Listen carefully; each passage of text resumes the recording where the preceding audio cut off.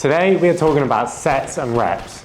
If you want to get stronger, you need to be doing the right amount of sets and reps. But how many sets and reps do you actually need? This was a question I always wanted answers when I first started lifting. But here's the thing, most YouTubers don't tell you this because they want to sell you one of their fancy programs. But that's not what you need. What you need is to learn the fundamentals of what actually works and then the tactics of how to put those into your own routine. After the last 10 years of basically trying everything, I found that there are some fundamental principles that you can use to get this right. But first, if you want to know what actually works, then I've found the answer.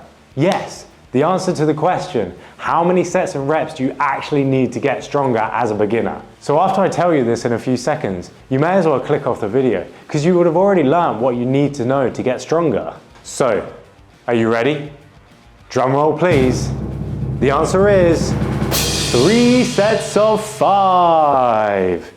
I'm serious. If you take away anything from this video, let it be that 3 sets of 5 just works, especially for beginners. But by all means, stick around, because like with any endeavor in life, if you learn the fundamentals, I guarantee you'll set yourself up for success. So here are the 5 fundamental principles of how to nail sets and reps as a beginner. I know these work because these are the same principles that I still use as an advanced lifter to hit personal best week in, week out, no matter what is going on in my life.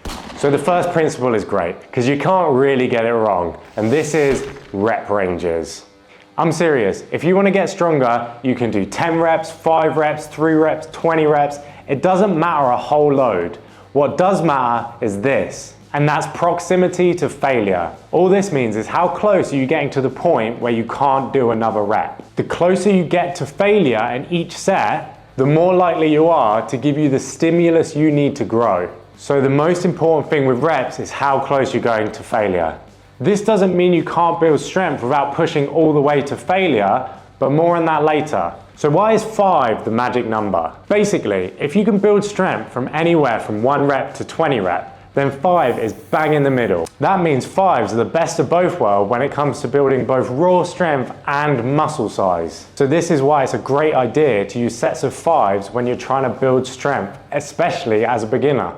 So the next principle is kind of underrated when it comes to how many sets and reps you actually need to do to get stronger. And that is how many sets you do. Because unlike rep ranges, where there isn't a whole load of difference between 1 and 20, with sets, there is a huge amount of difference between doing 1 set and 10 sets. This is because each set you do not only takes time, it also takes energy away from your body in the form of fatigue. But each set you do does add to the stimulus needed to get stronger. So the more sets you do, the stronger you get, right? Well, yes, to a point. But you really need to make sure you're not over fatiguing yourself. This is where not pushing all the way to failure can come in handy, because you can get more sets in without becoming too fatigued. Although this method really works for getting stronger, it does take more time to do. So if you do want to do just what you need to get stronger, then go close to failure and do less sets. Pushing to failure is far quicker. Usually 1 to 2 sets per exercise will do. So the reason I said 3 sets at the start of this video is because it's usually good to do a set to warm up to those sets close to failure. So when you do 3 sets of 5, it should look something like this. First, a few sets to warm the body up. Then, your first set should be difficult but very manageable. Then you can put a little bit more weight on and your next set should be difficult. Then on your final set, add a little bit more weight. And on this set, you can push past 5 reps if you want and do as many reps as you can. So that's it, 3 sets of 5. What a great place to start. Give it a go. But what exercises should you do this with as a beginner if you want to build strength? If you want to get stronger, then it's a good idea to hit the movements that are going to hit the most amount of muscle at once, which are the deadlift, the squat, bench press, overhead press, barbell row, and pull-ups, or any variation close to these. However, it's important to know that not all exercises were made the same. The biggest difference being is lower body take more energy to complete than upper body movements. But because of this, they also create more stimulus. So you can get away with doing less sets on the lower body than you can with the upper body. This is why in this list there are only 2 lower body movements and 4 upper body movements. So give these a go.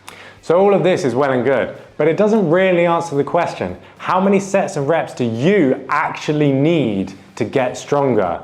Which is actually a difficult question to answer on a video, because everyone's needs are different. But this next principle will answer that question exactly. The principle is tracking progress. The bottom line is, if you are tracking progress and seeing improvement, you are doing enough sets that you need to get stronger. This means that if someone does 1 set of 5 reps per week, and they can track progress and they're getting stronger, then there's nothing to say that that individual isn't doing the amount of sets they need to get stronger. You can track progress in many different ways. I use my notes, for example, but there are apps that do it, and you can even go old school and use a pen and paper. They all work, but what does progress mean? Progress could look like adding weight, reps, or sets.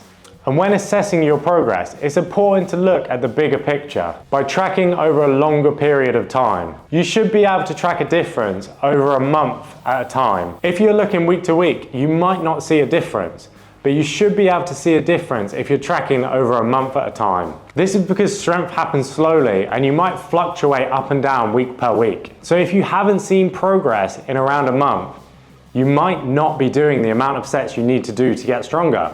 To solve this, the easiest thing to do is add another set into your workout, but you can just try and push out another rep or 2 on each set until you can move up a weight on that exercise. If this really isn't working, then you can try another rep range for a few weeks and then go back to the rep range that you're at before. There are loads of ways to get around this, but programming can go really deep and I don't have enough time in this video to explain it all. Here's something I wish somebody told me as a beginner. When you're on your lifting journey, embrace the slow progress. Even adding 2.5 kilos per month to your lifts ends up really big over time. That ends up 30 kilos in a year. That's quite a lot in terms of overall strength.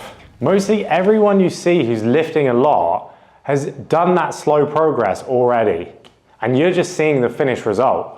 So when you're starting your lifting journey, it's very tempting to want the fast progress when you're adding 10 kilos every single workout, but that's just not realistic. Your body can only get stronger at a certain speed, and all that extra weight and sets might just be tiring you out. And do you really have the spare energy to do that? Which leads us onto our next principle, and that's consistency. Because I don't care how good you are at the previous steps, if you can't stay consistent, you are not going to get stronger. So don't bite off more than you can chew, because it makes it so much more difficult to stay consistent. This problem is solved by setting small, achievable goals. See, something special happens when you set yourself small, achievable goals. The psychological satisfaction that a human gets when they achieve something they set out to do spurs them on to want to achieve more and more. This creates a cycle of always feeling satisfied and always hitting personal bests. So what I'm saying is, if you only have the energy for 1 hour's workout per week, and you set yourself a goal of doing 3 exercises, 3 by 5 sets, and pushing close to failure, and you're able to add a bit of weight every month or so, then hey presto, you've done it. You found out the amount of reps you actually need to get stronger. If you want to build strength, it's not easy. So you need to set yourself up with the fundamentals for success. Because of this, I want to put together an online community full of fitness underdogs like myself, aiming to support us all in tracking progress, sharing knowledge and achievements, and holding us accountable to the things that matter to us. I know that people's strength thrives so much better in communities like this, because together we are strong. By being one of the first to show interest in this, I will be able to give you the best service I will ever be able to provide. So don't wait up. If you're interested, click the link in the description below and let me know. Anyway, I've been a personal trainer for 10 years now, but I am new to this YouTube stuff. So I will take all the likes and subscribers that I can get. Let's help all the muscles of the world grow. If you didn't understand anything in this video, please comment below, I will explain. Now you know the foundation for sets and reps. Watch this video where I tell you how to make your workout so efficient your family will thank you. Peace out.